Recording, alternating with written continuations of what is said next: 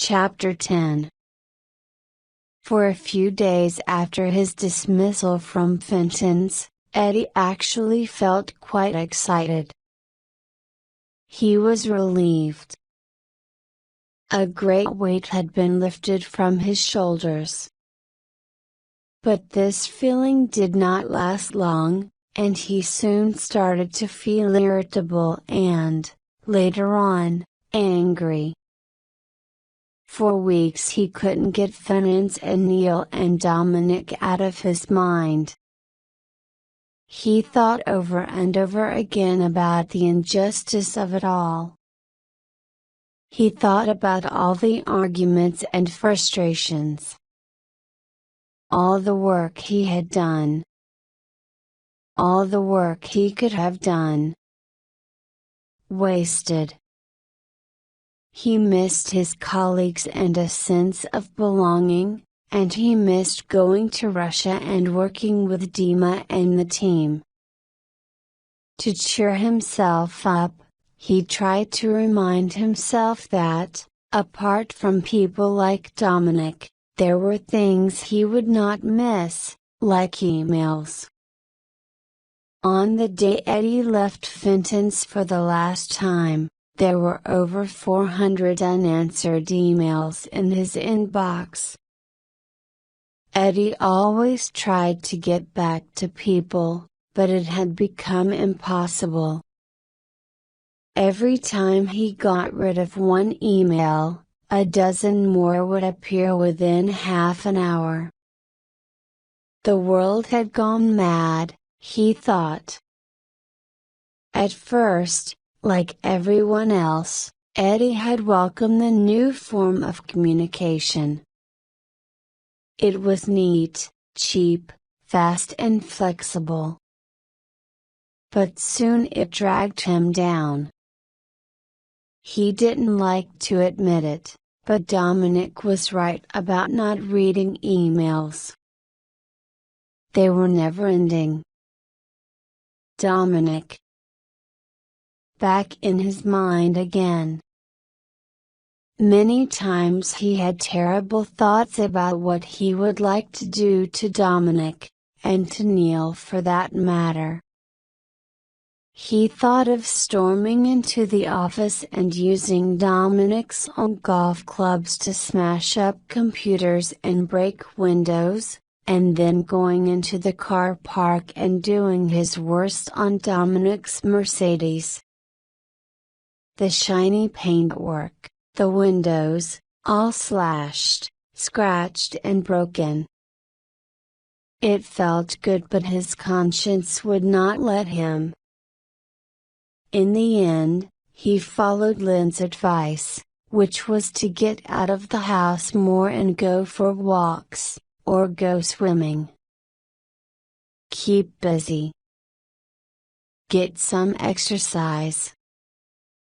They lived 2 miles from their local sports center, so every morning Eddie got up with Lynn and then walked through the park to the pool at the sports center.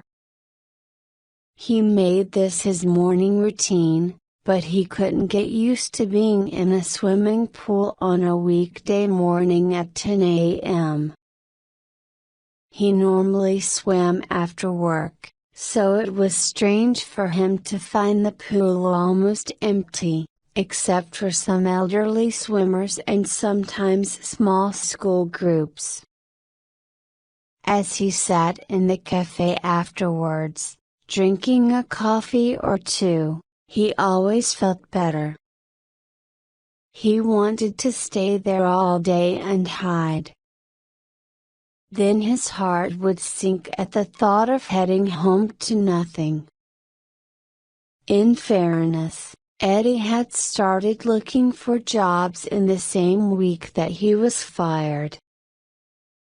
But as depression set in, he lost interest and motivation.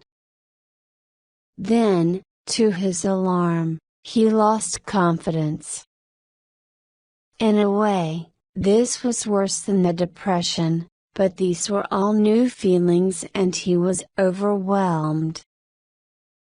Everything he had done seemed meaningless, and he wondered how he would ever do a serious job again.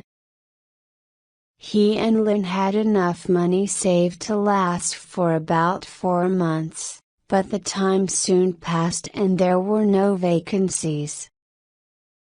His chances with the best companies in his sector were also harmed by the news of his dismissal over the budget fiasco.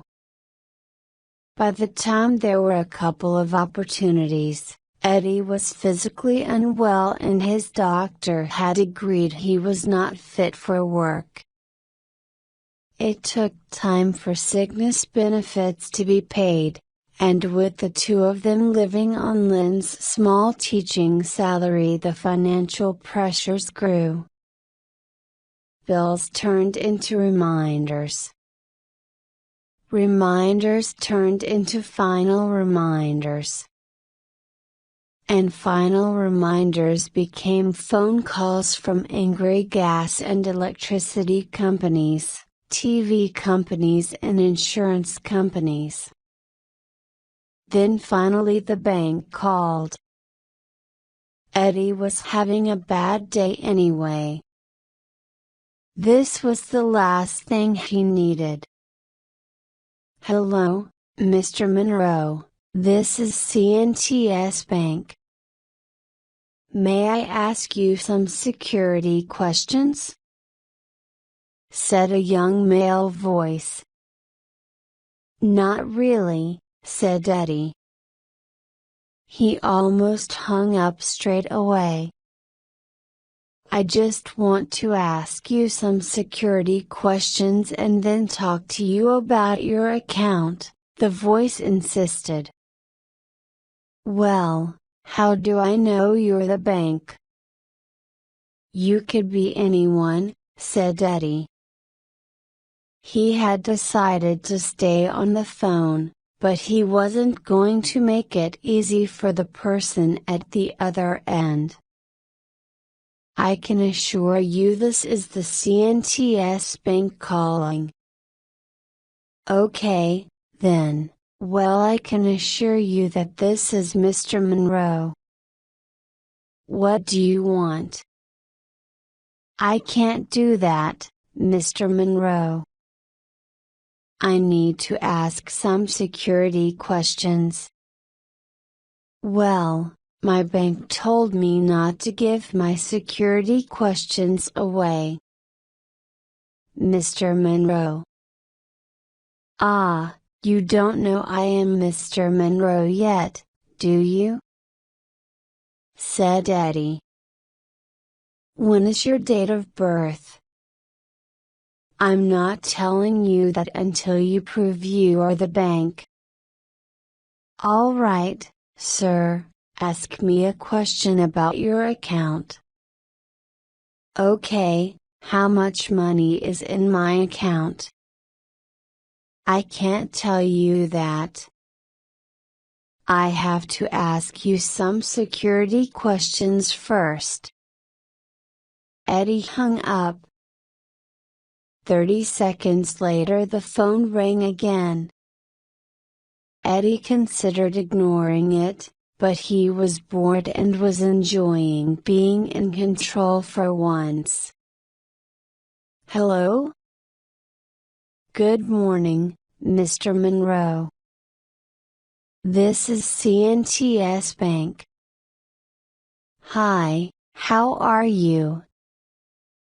The voice didn't know what to say for a moment, but then sprang back into action.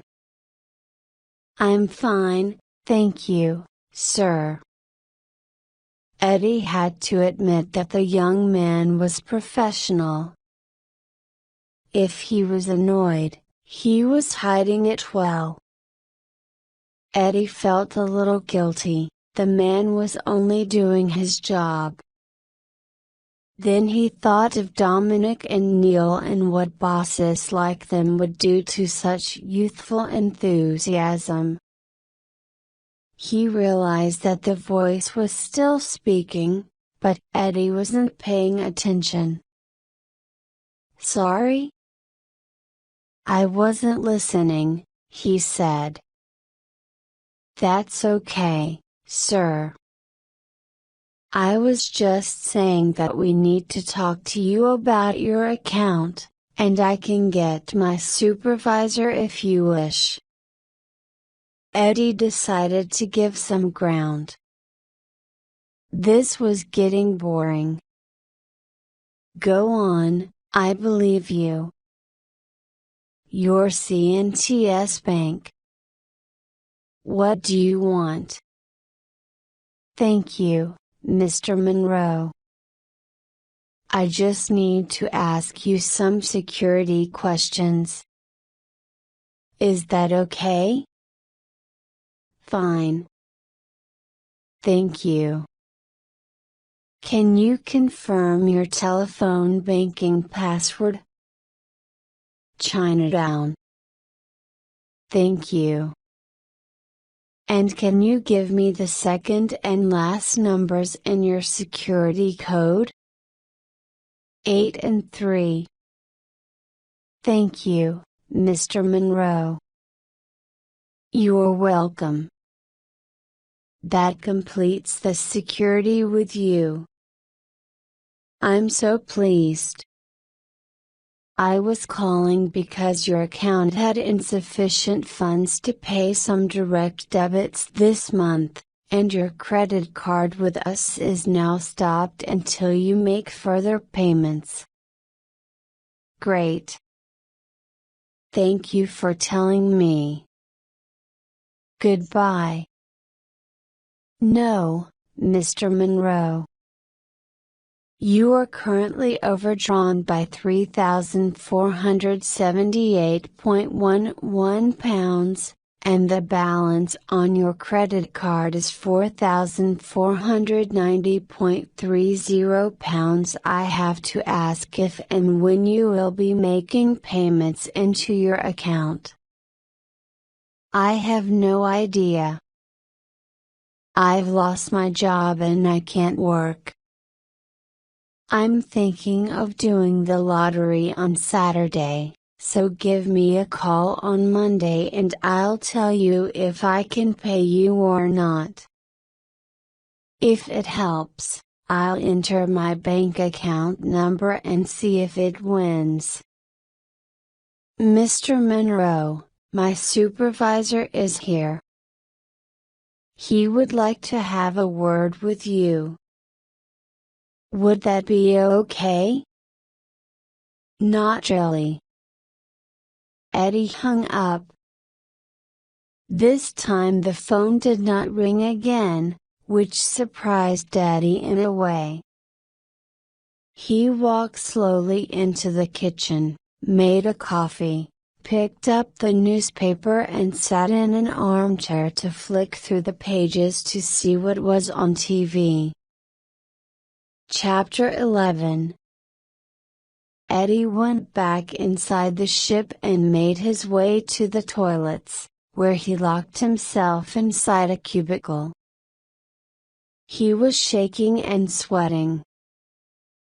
He sat down and put out his hands in front of him, watching the shaking in fascination and fear.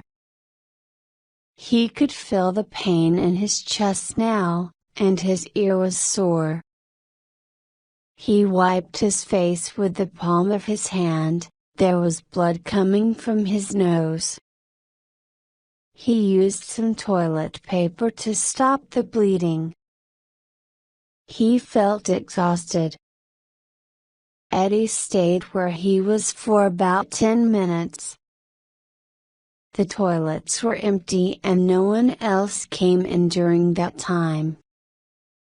He almost expected Dominic to come in, and he imagined the fight starting all over again. A struggle by the sinks, mirrors breaking, doors slamming. He decided to make his way back to the dining room. He came out of the cubicle and looked in the mirror to straighten his clothes and his hair. The bleeding had stopped. He washed his face, The dance floor was full and the dining area was being cleared. Lynn was at the table talking to some other guests when Eddie found her. "Hello, stranger," she said. "You took your time. Where's Dominic?" Eddie wasn't ready for a conversation about this right now. "I couldn't find him." "So where have you been all this time?" "I went to get some fresh air, then I went over to the Starlight Lounge and checked some emails on the internet." "Eddie, you're on holiday," she said, putting her arm around him. "I know. Sorry." "Come on, what do you want to drink?"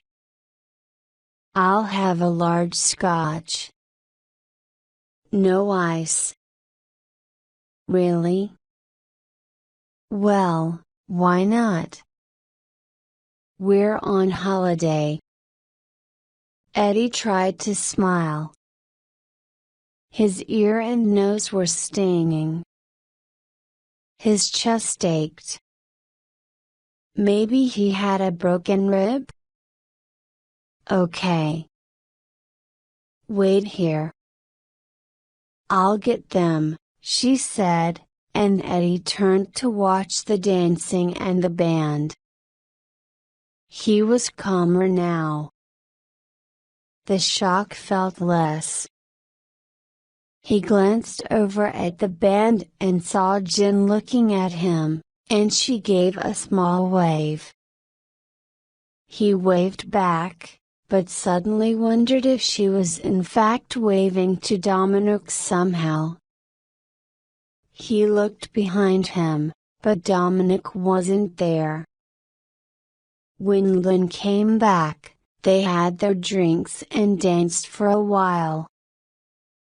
Eddie was tense the whole time, waiting for Dominic to launch a sudden attack on the table. Or maybe he had gone back to his cabin to rest and would wait until tomorrow or the next day to continue the fight. "I wonder where Dominic is?" said Lynn. "No idea," said Eddie. "Come on. I'm tired. Let's go to bed."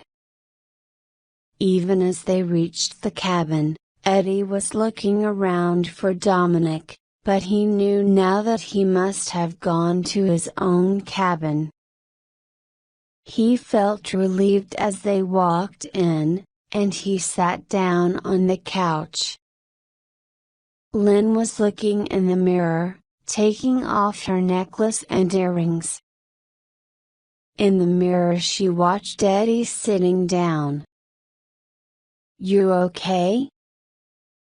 she asked. "Not really." "What happened to your face?" Eddie laughed briefly.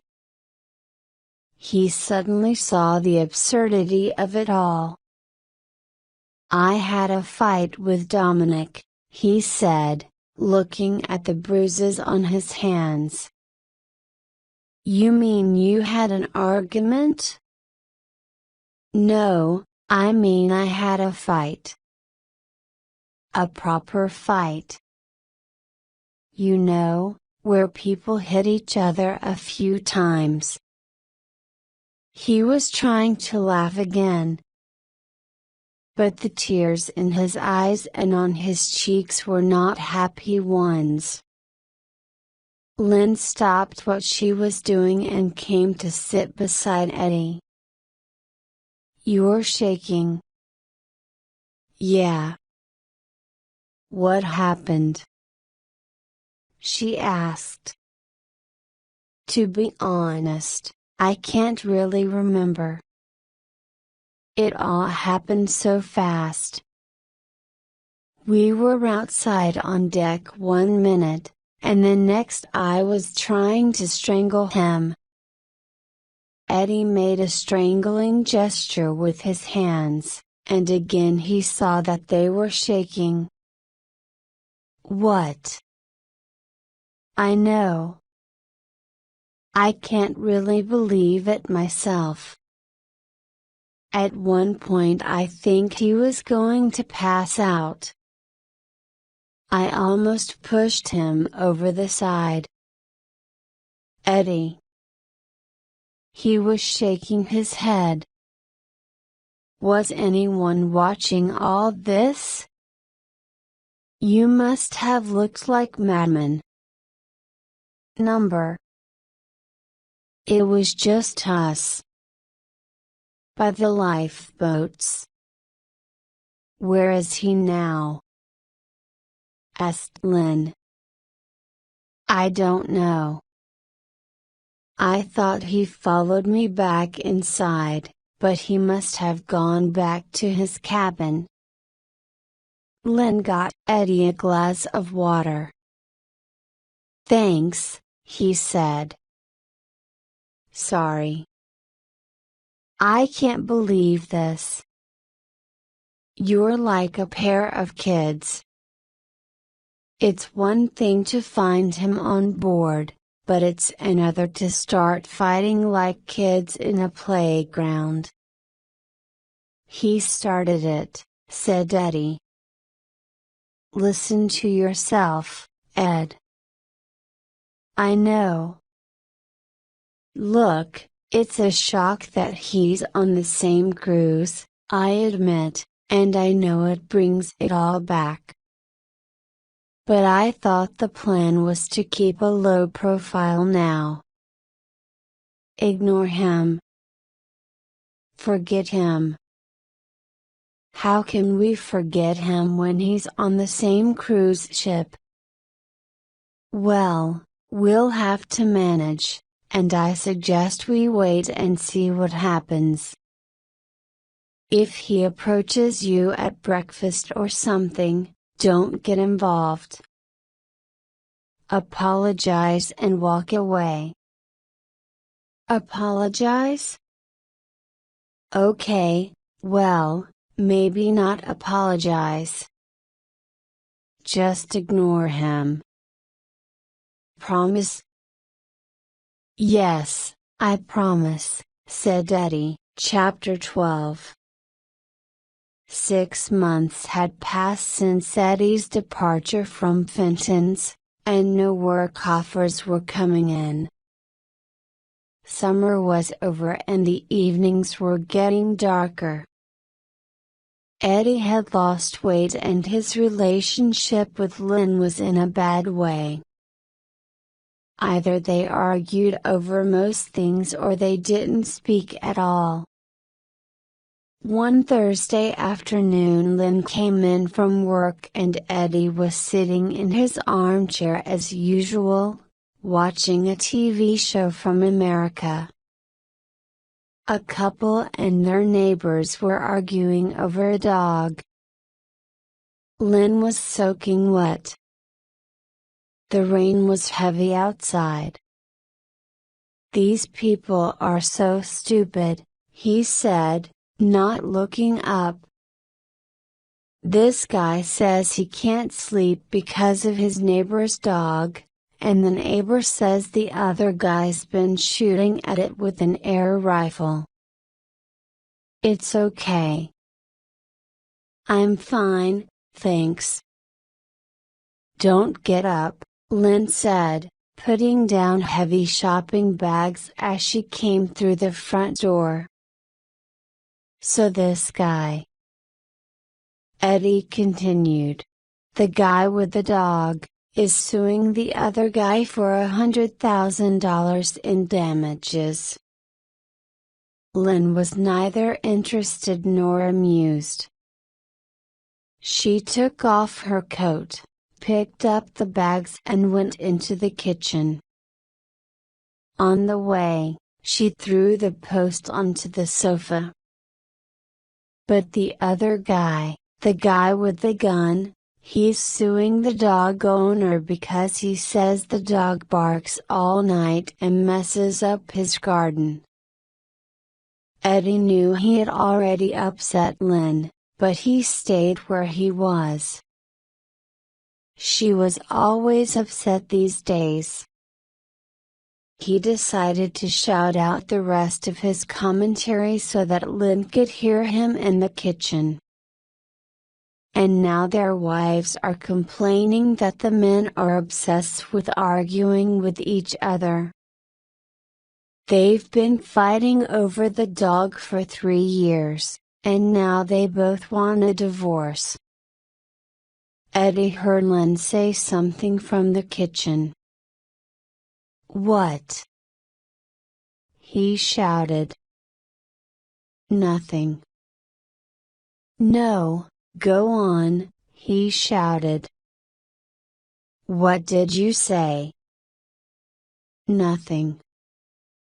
"Go back to your show." "It sounds fascinating," she said. Eddie got up and went to see her. "What's wrong?" Lynn ignored him and started putting shopping away in cupboards and in the fridge. "What's wrong?" he asked again.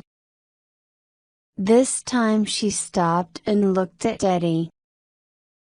Well, let me see. I get up in the morning and go to work while you sit and watch telly.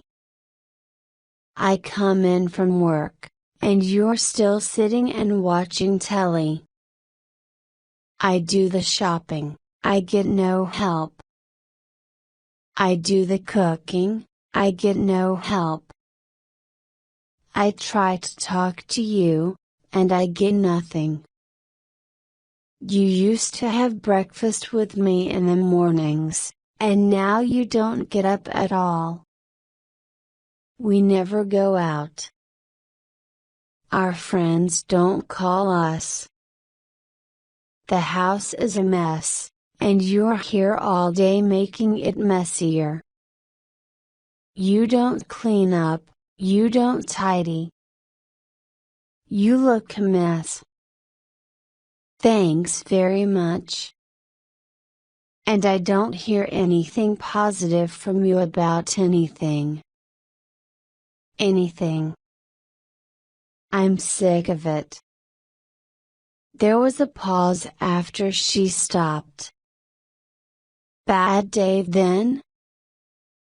He said. It's not funny, Eddie.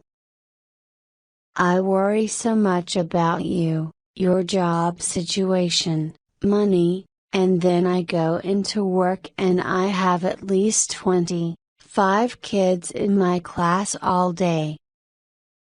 I try to keep them under control and happy, but I just want to cry. I want to tell them all to shut up. I want to tell them to enjoy drawing pictures and singing songs, because after that life is pointless. So, you did have a bad day. Bad year, Eddie. Bad year. So it's all my fault? That is not what I mean. Yeah, right. At that point, Lynn picked up a full box of eggs and threw it at Eddie. He ducked just in time, and the whole thing exploded on the kitchen wall.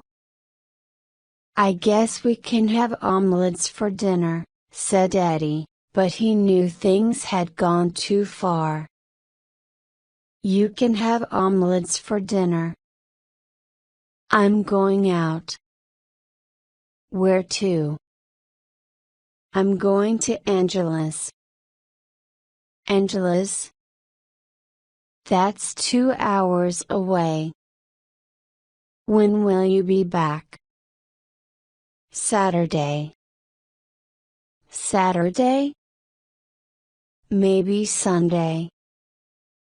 I don't know. Lynn, please. No, Eddie. I've had enough.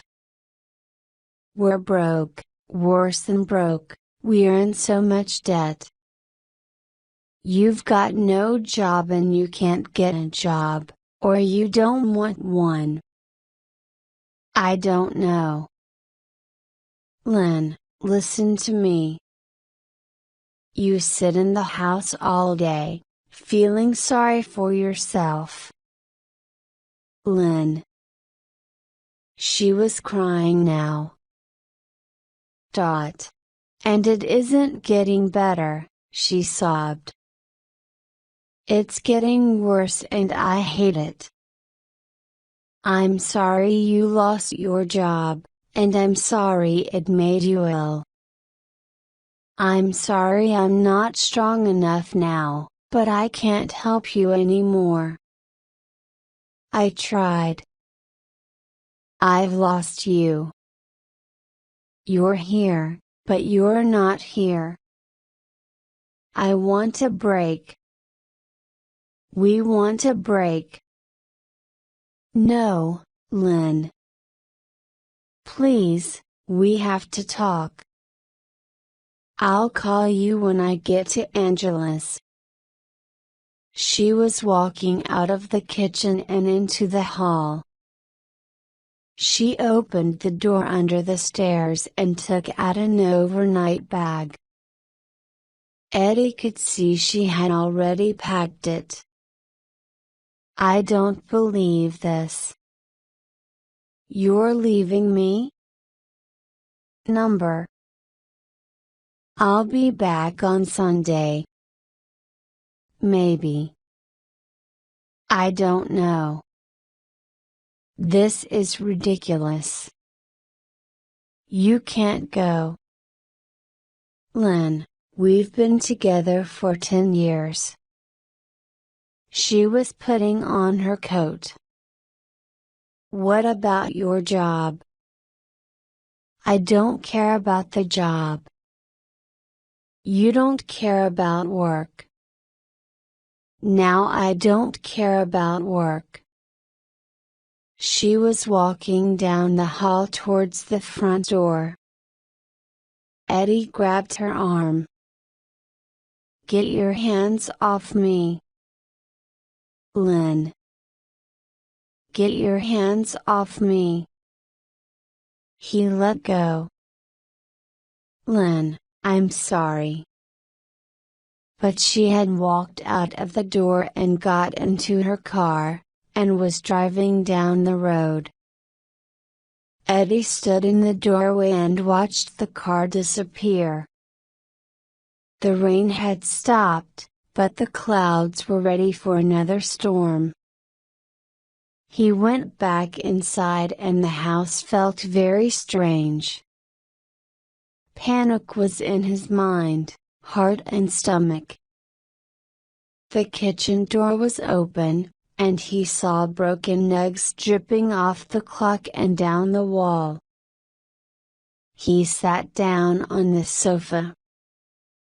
The neighbors were still arguing about the dog, which was now in the studio, and a dog psychologist was trying to talk to it. This time last year he was in Moscow working on the project of his career with good money in the bank, and he and Lynn had even discussed starting a family. Now, he had lost his job, his money, his health, his confidence, and even his wife. Instead of taking the company to the next level and building a future, he was sitting in his lounge watching a dog in therapy. He looked around for the remote control to change channels, and saw the post. There were some letters for Lynn, the new program for the theater, more bills, and a letter from Steve Scott, his solicitor. He knew what the letter said before he opened it. It was the result of many difficult meetings with his solicitor and financial advisor. The letter now confirmed that he was bankrupt. Bankrupt. A death. The end of a life with money. For a few more minutes Eddie watched two American adults fighting and a dog being hypnotized. Then he put the letter back in its envelope and went into the kitchen to clean the eggs off his kitchen wall. Chapter 13. The next morning Eddie and Lynn walked into the dining room and saw Jen having breakfast with some members of the band. Two men in uniform were also sitting at the table. They were asking questions and taking notes. Eddie assumed it was a discussion about the coming evening's performance. He was relieved to see that Dominic was nowhere to be seen. He still didn't feel ready for the inevitable second confrontation. "She looks upset," said Lynn as they sat eating their breakfast at a table nearby. "Maybe Dominic went back last night and started another fight." "Where is he then?" "Maybe she strangled him?" "Eddie. Sorry. He's having a lie-in, I suppose." "Who knows? Who cares?" At this point Jen looked across and saw Eddie and Lynn. She pointed at them and got up to come over. The two men in uniform accompanied her. "Hello, Jen," said Lynn. "Is something wrong?" "It's Dominic. He's missing.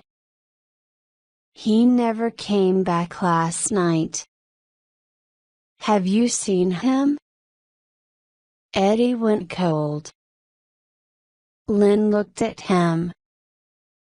"Not this morning, no," said Eddie. Lynn shook her head to say the same thing. "Did you see him last night at all?" said one of the men. "Yes, I did," said Eddie. "I went out for some fresh air, and Dominic was outside. We chatted for a bit and then I came in. Dominic stayed outside. I didn't see him after that." Eddie could honestly say that this was the truth. He decided not to mention the part about trying to kill each other. "When was this?"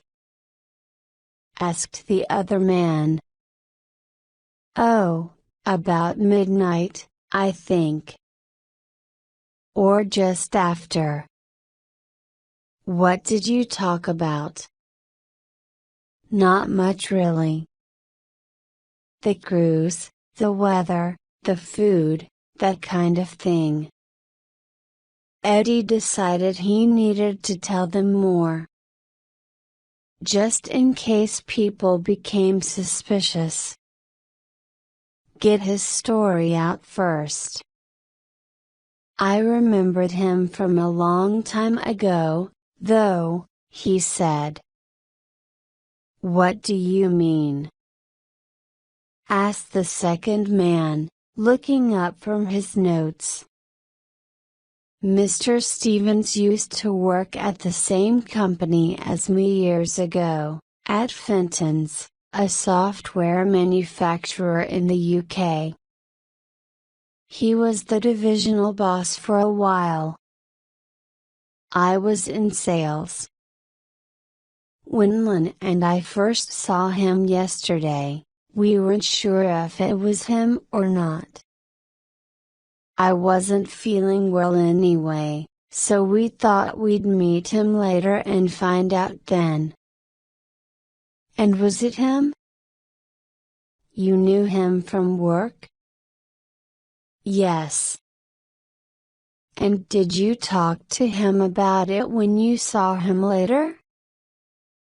"He didn't really remember me, and it was almost 20 years ago." "I don't blame him. Anyway, we're both here to get away from work, so I guess that's why we didn't really talk about it." "I wasn't outside with him for that long." "Did he seem upset or stressed in any way?"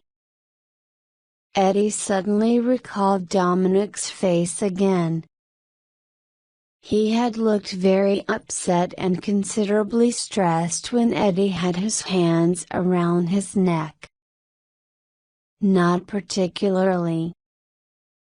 "What about you, ma'am?" asked the first man. "I only met him on the cruise for the first time yesterday. Jen introduced us when we all met by chance at the hotel around lunchtime yesterday." "And how did he seem to you?" "Normal, I suppose. Eddie wasn't feeling well, so we came back. I didn't see him after that." The Parvina returned to Barbados, where the cruise was delayed and an official search began. Eddie saw helicopters come and go, and he saw police coming and going at the harbor. There was even a TV crew. The atmosphere on board had not changed very much. The ship was so big and there were so many people, with so many things going on, that Dominic's disappearance seemed only a minor problem. It was almost like an additional activity for the passengers to talk about. Who was the man? When did he disappear? Why? What happened? Was he injured on the ship somewhere? Did he fall overboard? Eddie and Lynn walked into town to get away from things. They walked for hours around the streets and marinas. Here and there they stopped and looked at their map, and read their guidebook about the history of Bridgetown. They tried not to talk about Dominic, or even to think about it. But Eddie could see that Lynn was worried, and Lynn could see the same in Eddie. Sooner or later they had to talk again. So they had lunch in a cafe overlooking a small bay, and Lynn was the first to speak. "What do you think has happened, Ed?" "I've no idea. I left him standing by the rail. He was okay. After the fight, he was obviously tired and so was I. To be honest, I think we were both a bit shocked and embarrassed, and bruised. But he was all right when I left him. Actually, I thought he would come after me. I was in the toilet for about 10 minutes. Then I came back in to find you." "Do you think he fell overboard?" she asked. "Not from where we were. There was another deck below, and the rail was too high. To go overboard he'd need to jump." "So, do you think he jumped?" The man thinks he's better than anyone else. Why would he do that? Who knows? 16 years is a long time. People change. Yeah, well, people like him don't change. Unfortunately, when they returned to the ship, the police asked him to go to the office in Bridgetown to give an official statement. Jen had made her statement and given all the information she could. When she mentioned meeting Lynn and Eddie, it did not take them long to follow it up. And you met at the hotel, is that right? Asked a tall policeman sitting at his PC.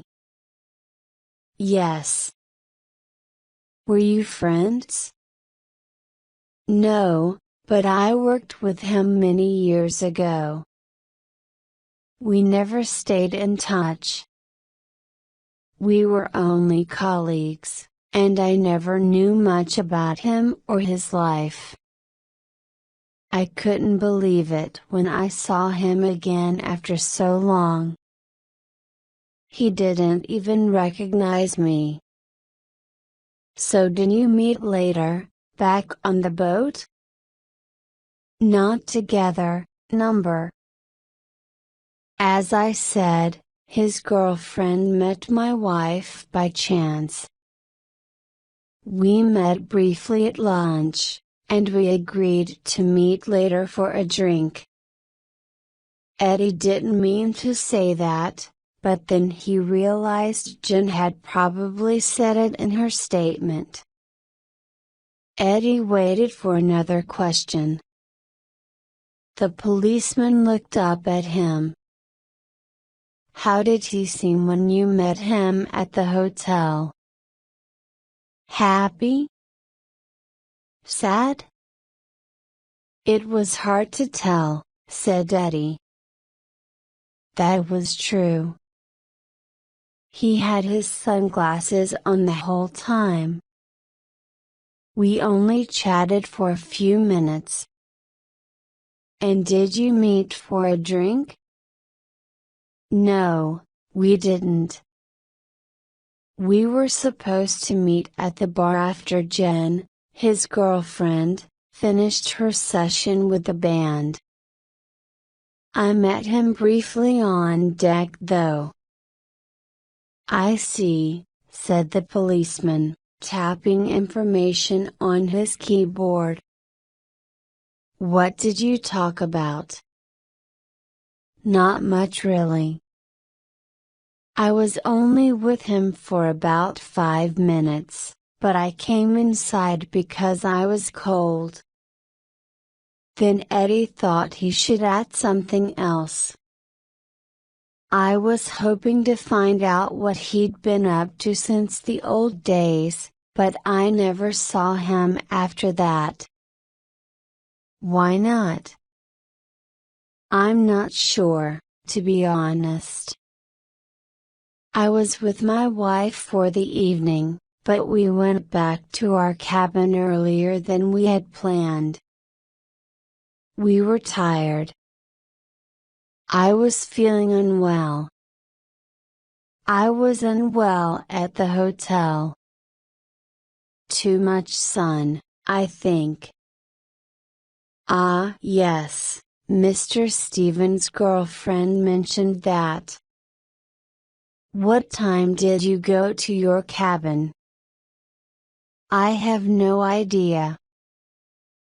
Eddie didn't like to end his statement with uncertainty, so he added, on the ship you lose track of time.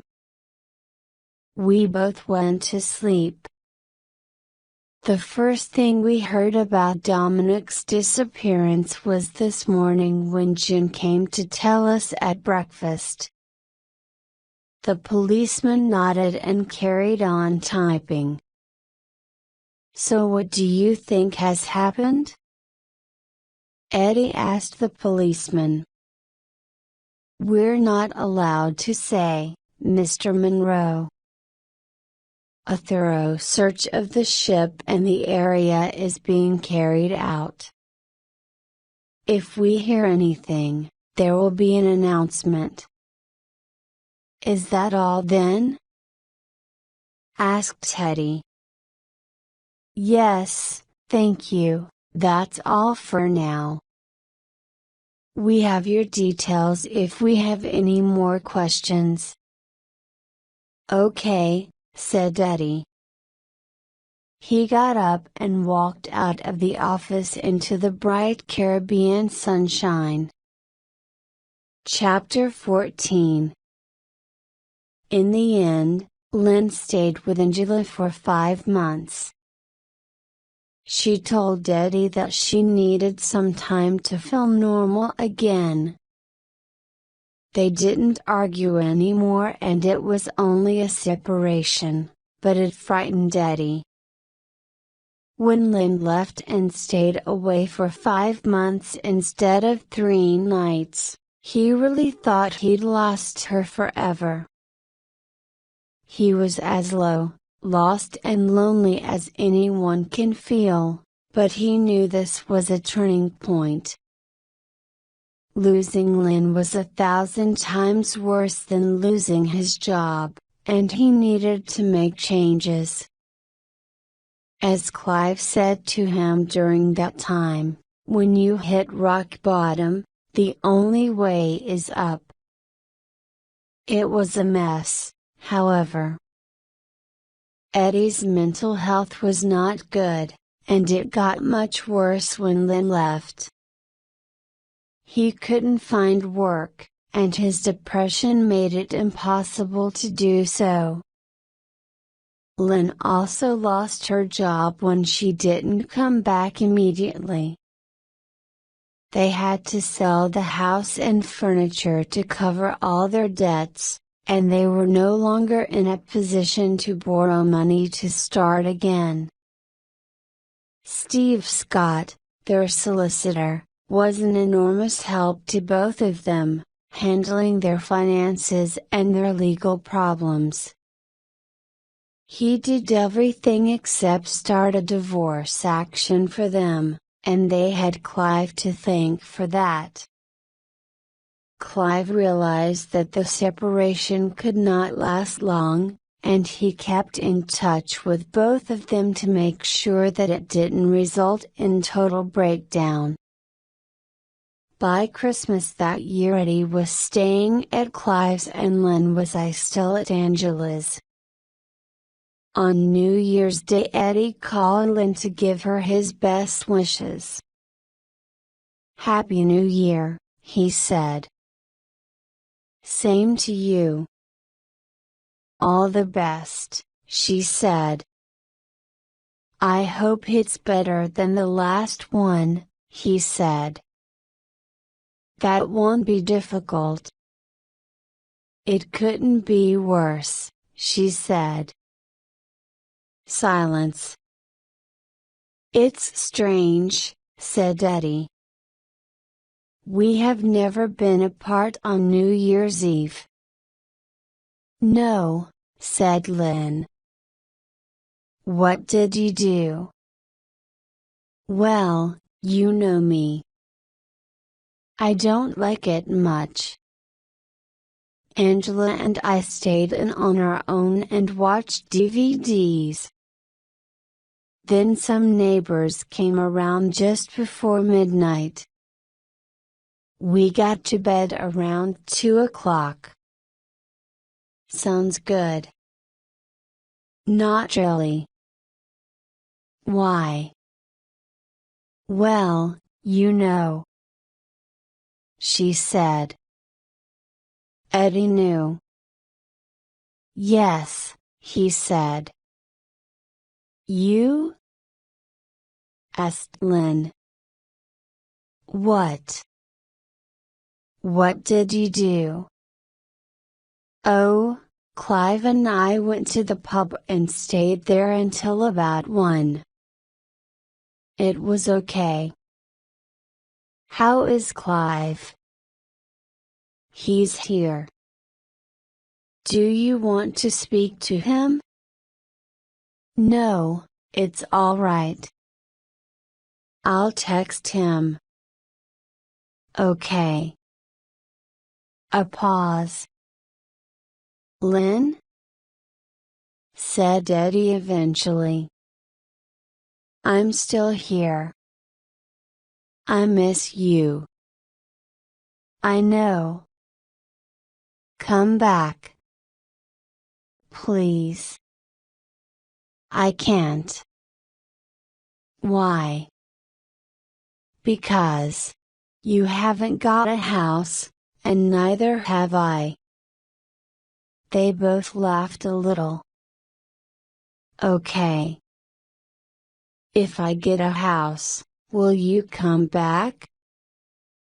Only if you get a big one. Okay. Very big. Okay. With a garden. Right. A big garden. I will try. And a swimming pool. Okay. Liar. Okay, the swimming pool will take time. I'll work on that.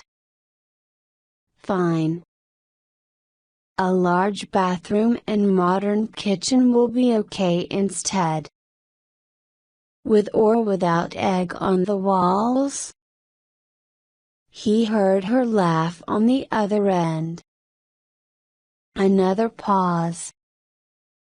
How are you feeling? She asked. Generally. Not bad. Clive makes me go swimming and read his car magazines. Good for you. Muttered Eddie. Silence. Eddie wanted to tell Lynn again that he missed her. Don't give up, Ed, she said. I know, he said. Lynn was Eddie's motivation to rebuild his life, and Clive was his support. But Eddie realized that only he could turn things around. He was encouraged that over the time he was out of work, he had actually started missing his work and his friends in the business. Over the next few years, Eddie put together a business plan and borrowed money from friends and family. He began as an export agent in London for various UK software companies. He still had a strong and loyal commercial network throughout Europe, and many of his old customers and contacts were glad to have him back. Some had already become disillusioned with the larger companies like Fenton's, and Eddie's introduction of new products and a faster and more personal service brought good results. His enthusiasm and energy returned, and every day he enjoyed the thought that he was his own boss. No one could undermine his plans or take away the credit. He set up a small office not far from Notting Hill and started off with a part-time office assistant. At the end of the first year he had taken on 3 full-time people. By the following year he had moved to larger offices and had a team of 10. It was the beginning of a 16-year journey which turned Eddie from a bankrupt, broken individual into a confident and very wealthy man.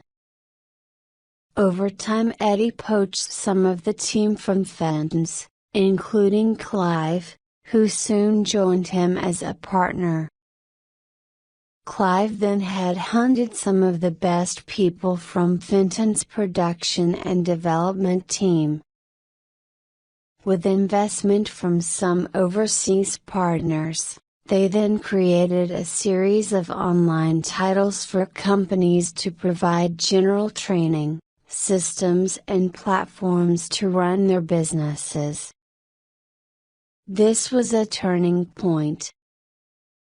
Clive and Eddie's team developed a unique way of linking online training with mobile phone technology, and their bestseller was a 12-module course called People Skills for Successful Business. They licensed it worldwide and won an Innovation Award. At the awards night at the Savoy Hotel in London, Clive suggested they send a copy of the whole series to Dominic and Neil, but Eddie said it was a waste. They wouldn't understand, he said. Some people think they know everything anyway. Let them suffer. And they toasted their success. Business went from strength to strength, and Eddie traveled extensively to build strategic partnerships using the training catalog of Integrated Online Mobile Training, OMT. His contacts and friends in business were loyal and supportive. Within 5 years they had offices in Hong Kong, San Francisco, New York, Sydney, Bucharest, Munich and Paris. On the day when he and Clive sold the business for £20 million, Eddie came home to Lynn, who was sitting in the garden reading. "It's done," he said, smiling. "Really?" "Really. We signed the agreement this afternoon. It's over." "20 million?" she asked. "20 million. Oh, Eddie." She jumped up and put her arms around him. "I am so pleased for you. For us. You deserve it." "Thanks. Let's open the champagne." "It's in the fridge." "I'll go and get it," she said. When she came back, Eddie handed her a large envelope. "What's this?" she asked excitedly. "Open it." Lynn tore open the envelope and pulled out a large, colorful holiday brochure. "What's this?" she asked. "It's a holiday brochure." "I know it's a holiday brochure," she said, smiling. "Where are we going?" "We're going on a cruise." Chapter 15. 2 more days pass with no sign of Dominic. Then 3 days, then 4, then 5.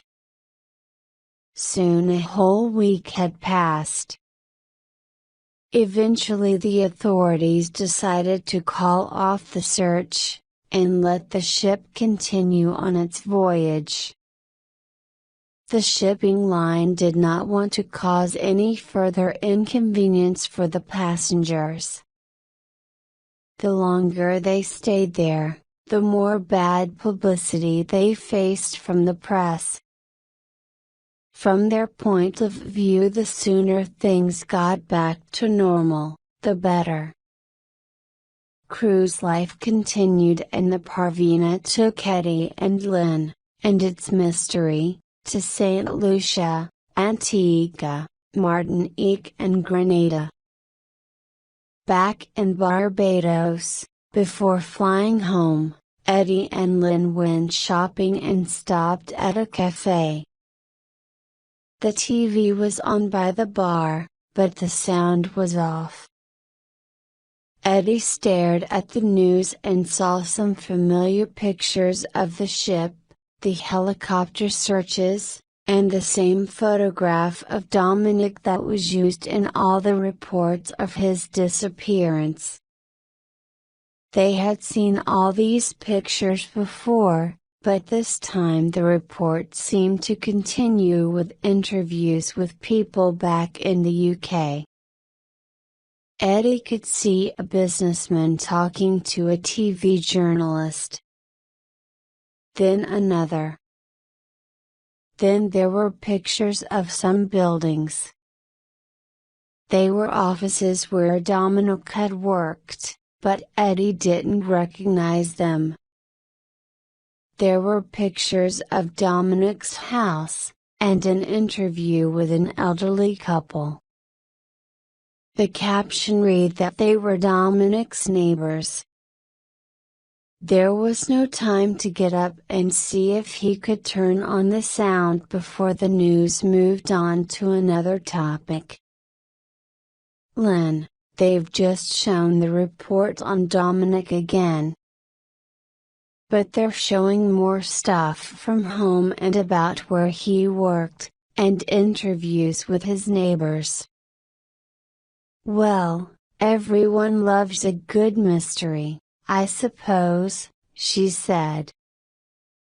No, I think the story's changed. Something's going on. Well, maybe you should get a newspaper or look on the internet. Good idea, said Eddie, looking around. There were no papers, but there were 2 computer screens in the corner. Eddie bought a username and password from the waiter and went online. He keyed in the address for the Times website, and there he saw a headline below the UK political news that took him completely by surprise. Under a familiar photograph of Dominic, it read, "Missing businessman stole thousands. Police suspect suicide." Eddie couldn't believe it. He clicked on the headline and a new page revealed itself on the screen. Underneath the headline there was a picture of a younger Dominic, and a new article appeared. Eddie could not read it fast enough. The search for missing London businessman Dominic Stevens has finally been called off. Authorities now believe that Mr. Stevens took his own life whilst on a cruise in the Caribbean, leaving behind large debts and a trail of fraud and corruption. Mr. Stevens went missing over a week ago on the American cruise ship Parvena sometime after midnight on 20th of June in the South Caribbean Sea. After days of searching, it is now believed that Mr. Stevens may have jumped overboard somewhere between Barbados and St. Lucia in an act of suicide. The exact time of his disappearance is not known. Search and rescue teams have been covering an area of thousands of square miles with no sign of Mr. Stevens. The disappearance follows reports that Mr. Stevens had recently been fired from Flash Electronics Incorporated by partners in the firm. It had been discovered that Mr. Stevens had embezzled at least £145,000 from the company during the 7 years he had worked there as CEO.